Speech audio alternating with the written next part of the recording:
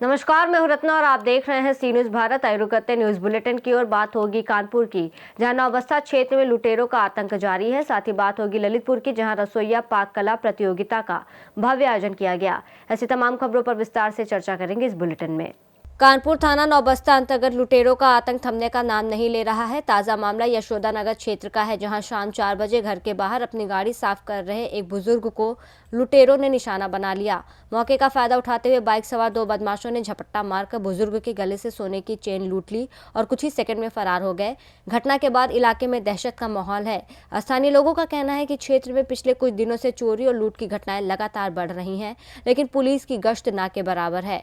वारदात सीसीटीवी में कैद होने की संभावना जताई जा रही है और पुलिस आसपास लगे कैमरों की फुटेज खंगालने में जुटी है। पीड़ित परिवार ने पुलिस से जल्द कार्रवाई करते हुए बदमाशों की गिरफ्तारी की मांग की है। वहीं क्षेत्रीय लोगों ने भी सुरक्षा बढ़ाने और गश्त तेज करने की आवश्यकता पर जोर दिया है। लगातार बढ़ रही आपराधिक घटनाओं ने नौबस्ता और यशोदा नगर क्षेत्र में सुरक्षा व्यवस्था पर बड़े सवाल खड़े कर दिए हैं। मेरा नाम उदल सिंह है और मैं यहाँ देवकी नगर में रह रहा हूँ।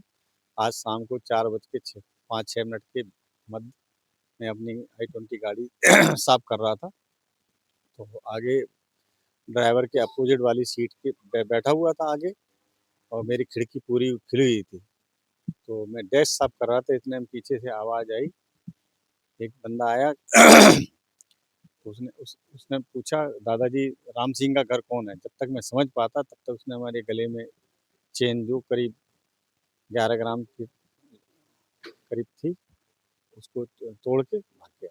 तो क्या कहते हैं, आप उस व्यक्ति को पहचानते हैं? वो वो किस तरफ से आया है और किस तरफ गया? हमारे घर के राइट हैंड से आया और लेफ्ट हैंड की तरफ चला गया, फिर आगे से लेफ्ट हैंड बाईपास की तरफ मुड़ के निकल गया। मौके पे पुलिस को सूचना दी आपने? मौके में पुलिस को मैंने सूचना दी, तो पुलिस करीब 10 मिनट बाद ही आ गई थी। ये यशोदा नगर थाना क्षेत्र, ये नौबस्ता थाना क्षेत्र है, यशोदा नगर चौकी लगती है। क्या जो लोगों ने चैन लूटी, क्या चेहरा आपने देखा? नहीं, वो एक तो आगे हेलमेट लगाया था, वो तो जब मैंने पलट के देखा तो एक हेलमेट लगाया था, दूसरा उसके पीछे बैठा था, मुंह में कुछ कपड़े वपड़े बांधे हुए थे। कोई सीसीटीवी कैमरा? नहीं, हमारे यहाँ कोई सिस्टम नहीं। गली में कोई है जहाँ पे? गली में मुड़े हैं उधर तो नहीं है, इधर पीछे है। कानपुर से सी न्यूज संवाददाता दुर्गेश अवस्थी की रिपोर्ट।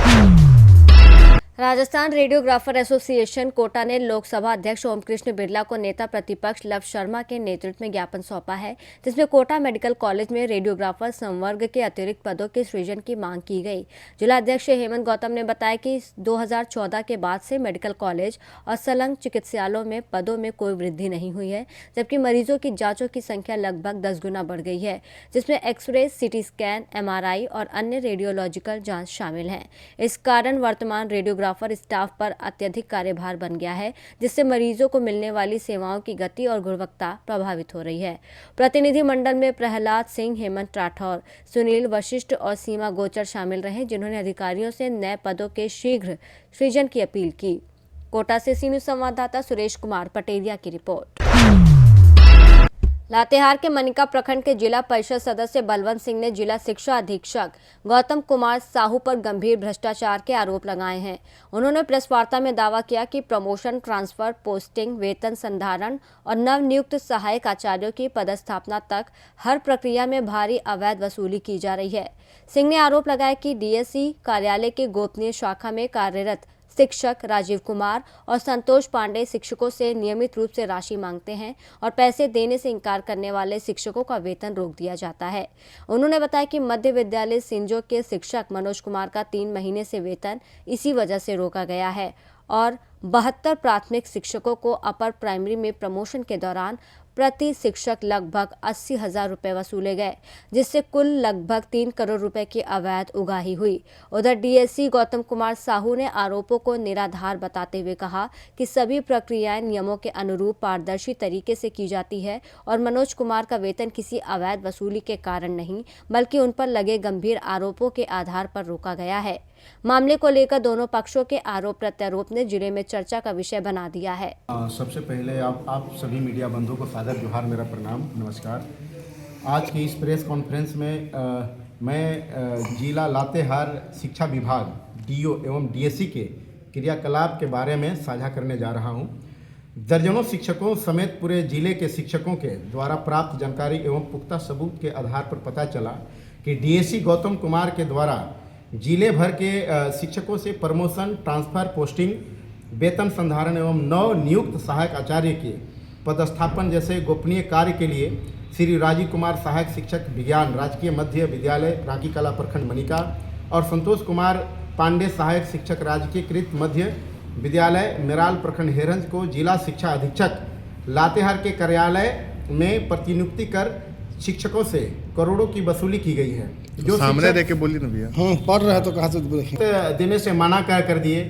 उनको डीएससी के आदेश पर एरिया अफसर ऋषिकेश कुमार के द्वारा टारगेट करके उनका वेतन बिना कारण, बिना निलंबन के 4 माह तक रोक दिया जाता है ना। अब सबूत के तौर पर जो है आप देख सकते हैं कि एक आप मनोज कुमार हैं हमारे प्रखंड में सिंजो पंचायत में सिंजो मध्य विद्यालय में, उनको 4 माह से जो है उनको वेतन रोक दिया जाता है ना। तो एक न्याय संगत नहीं है, इस पर कार्रवाई होनी चाहिए। और इस मैटर में मैं मुख्यमंत्री सचिवालय को भी मैं लिखित रूप से आवेदन दिया हूं और सचिव महोदय को भी जो है मैं आवेदन दिया हूं और सचिव महोदय के द्वारा जो है जांच प्रतिवेदन जो है उपायुक्त महोदय लातेहार को यहां पर मिल गया है। मैं आप सबों के माध्यम से उपायुक्त महोदय से मैं आग्रह करता हूं कि वो जांच जो है आप निस्वार्थ भाव से और जो है पारदर्शी तरीके से, मजबूती तरीके से जांच करें और उसमें जो भी इसमें संलिप्त लोग हैं जिनके माध्यम से डीएससी के द्वारा जो है वो किया गया है, पैसा कलेक्शन किया गया है अवैध रूप से, इनके ऊपर जो है कड़ी से कड़ी कार्रवाई की जाए। कितने शिक्षकों से वसूली हुई है? कम से कम 300 शिक्षकों से करोड़ों की वसूली की गई है। कितने करोड़ की? कम से कम 3 करोड़ की वसूली की गई। एक शिक्षक से कितना लिया जाए? एक शिक्षक से आपको जो है कम से कम 1 लाख रुपया लिया गया है।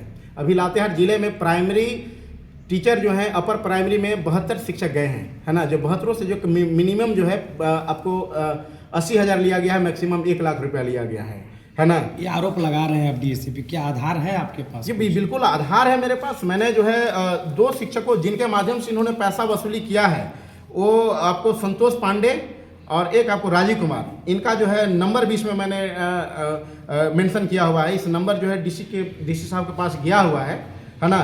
उस नंबर को अगर कॉल डिटेल निकाल दें तो समझ में आ जाएगा कि ये दोनों शिक्षक जो है आपको डीएससी साहब से कितना बार संपर्क किए हैं और पूरे लातेहार जिले में जो नव नियुक्त सहायक आचार्य में भर्ती हुए हैं, है ना, उनसे जो है कितने बार संपर्क किए हैं। तो इसमें दूध का दूध, पानी का पानी हो जाएगा, है ना।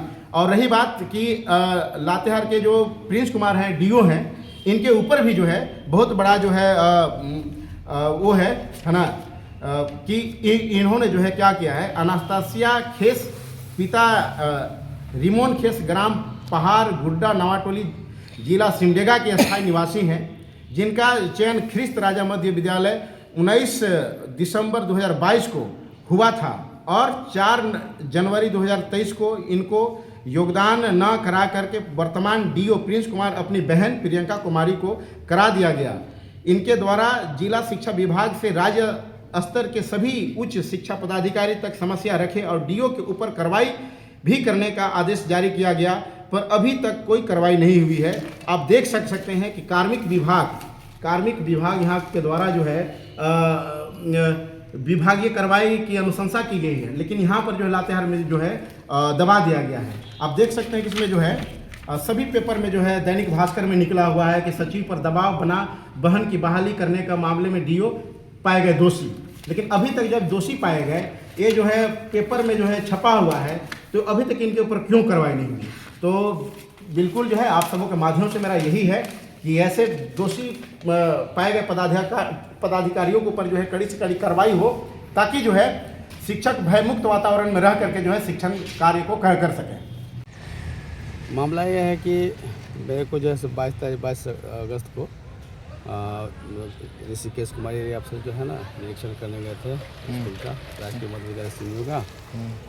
तो उसमें जो है सो हमारे साथ अवैध व्यवहार कर रहे थे, तुमताम बोल रहे थे, उल्टा सीधा आरोप लगा रहे थे। तो उसी पर हम बोले कि सर प्लीज़ हमको तुमताम मत बोलिए, हम शिक्षक है, गरिमा है। इसी पर जो है सो बोले कि अच्छा ऐसे तुम पर कार्रवाई करेंगे तो खून कहाँ से बहाएगा। वहाँ से आके 23 तारीख को जो है और फिर निकालते हैं सुकॉज 4 पॉइंट डालते हैं।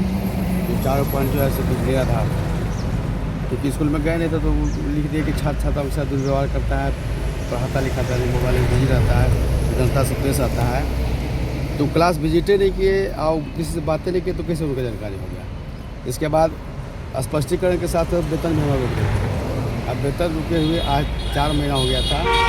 जब शिक्षा सचिव का मामला गया तो वेतन तो रिलीज किया है, लेकिन उसमें कंडीशन डाल दिया है कि प्रपत्र का गठित करके आपके ऊपर कार्रवाई की जाएगी, मतलब सस्पेंड किया जाएगा। तो मेरा कहना है कि आप 4 महीने से प्रपत्र का क्यों नहीं गठित किए?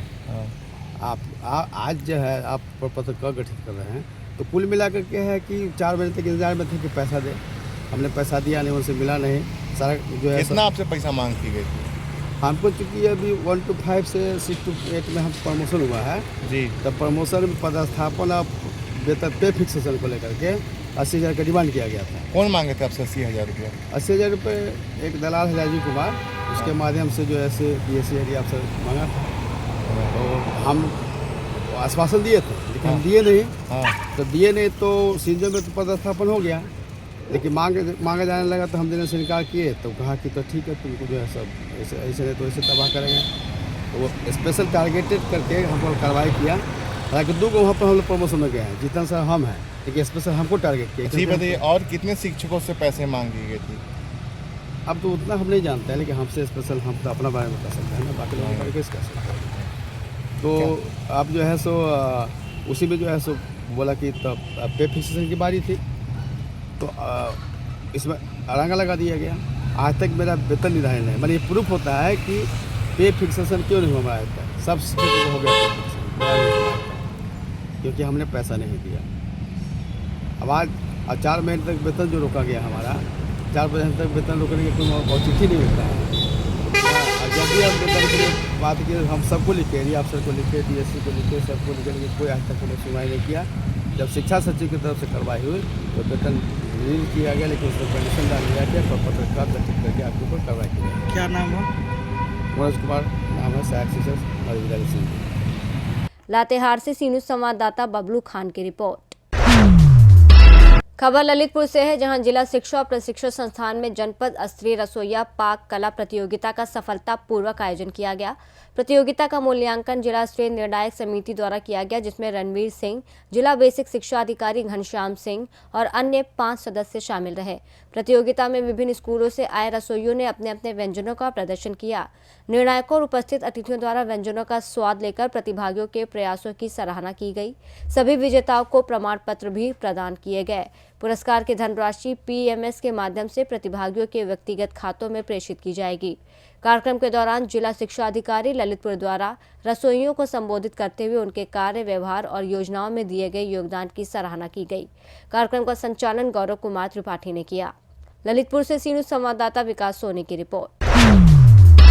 पाकुड़ जिला मुख्यालय के कालिकापुर मोहल्ले में अवैध देशी शराब के साथ निमाय मंडल को गिरफ्तार किया गया है।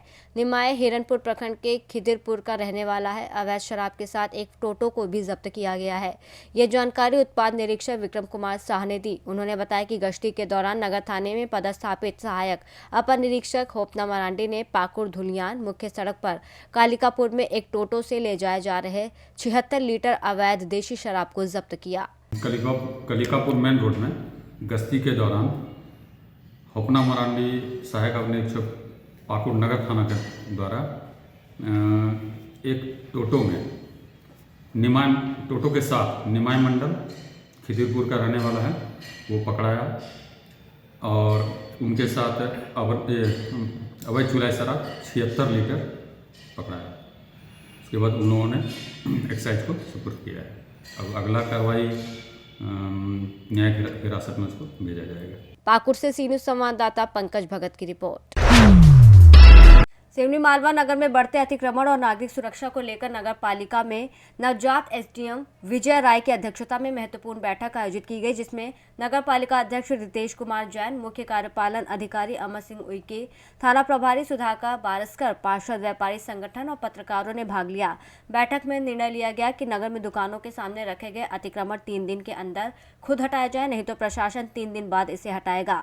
नागरिक सुरक्षा के लिए बंद पड़े सीसीटीवी कैमरों को चालू करने पर भी चर्चा हुई। बैठक के तुरंत बाद एसडीएम और संबंधित विभागों का अमला गांधी चौक, जय स्तंभ चौक और नर्मदा मंदिर के पीछे पार्किंग का निरीक्षण करने निकला, जहां रसूखदारों द्वारा कब्जा किए गए स्थानों को हटाने और पार्किंग व्यवस्था सुधारने पर जोर दिया गया। अनुविभागीय अधिकारी ने नगरवासियों से अपील की है कि वो 3 दिन के अंदर अपने अतिक्रमण खुद हटाएं, अन्यथा प्रशासन कार्रवाई करेगा और नगर सौंदर्यीकरण के कार्य में किसी प्रकार की लापरवाही बर्दाश्त नहीं की जाएगी। हमारे एसडीएम साहब द्वारा आते के साथ ही निरंतर ये पहल की जा रही थी। आज इसी पहल पर हमने समस्त व्यापारी संगठन, गणमान्य नागरिकों, पत्रकार बंधुओं, सामाजिक संगठनों की एक बैठक रखी थी, जिसमें जो नगर की मुख्य समस्या है अतिक्रमण, सीसीटीवी कैमरे और यातायात, इस पर विस्तृत चर्चा कर सबके विचार जाने। अब उस विचार को कुछ दिनों में इम्प्लीमेंट किया जाएगा। नगर पालिका पूर्ण रूप से एसडीएम साहब का और प्रशासन का सहयोग पहले भी करती आ रही थी और अभी भी निरंतर करती रहेगी। साथ ही मैं नगर के व्यापारी बंधुओं से और सबसे भी निवेदन करूंगा कि क्योंकि हम सब इस समस्याओं से ग्रस्त हैं, तो हम सब सहयोग कर जो एसडीएम साहब की भावना है उसको इम्प्लीमेंट कराएं, मतलब उसको सफल बनाएं। सर, ये आज नगर पालिका में संयुक्त रूप से एक मीटिंग रखी गई थी। उस मीटिंग में क्या निर्णय निकला सर, और नगर सौंदर्यीकरण के लिए क्या क्या योजनाएं बनी? जैसा कि अभी हम शहर भ्रमण के दौरान जो चीज़ें देखने में आई थी और कुछ सामाजिक संगठनों और राजनीतिक दलों के माध्यम से भी जो अवगत कराया था कि शहर में यातायात और अतिक्रमण एक बड़ी समस्या है। साथ ही शहर में सुरक्षा की दृष्टि से सीसीटीवी कैमरे भी होना आवश्यक है। इन्हीं 3 विषयों के संबंध में आज नगर पालिका में सभी जनप्रतिनिधियों, सभी व्यापारिक प्रतिष्ठानों के पदाधिकारियों और नगर पालिका की टीम और सभी प्रबुद्धजीवी वर्गों के साथ बैठक आयोजित की गई, जिसमें यातायात से जुड़े विभिन्न मुद्दों पर चर्चा की गई।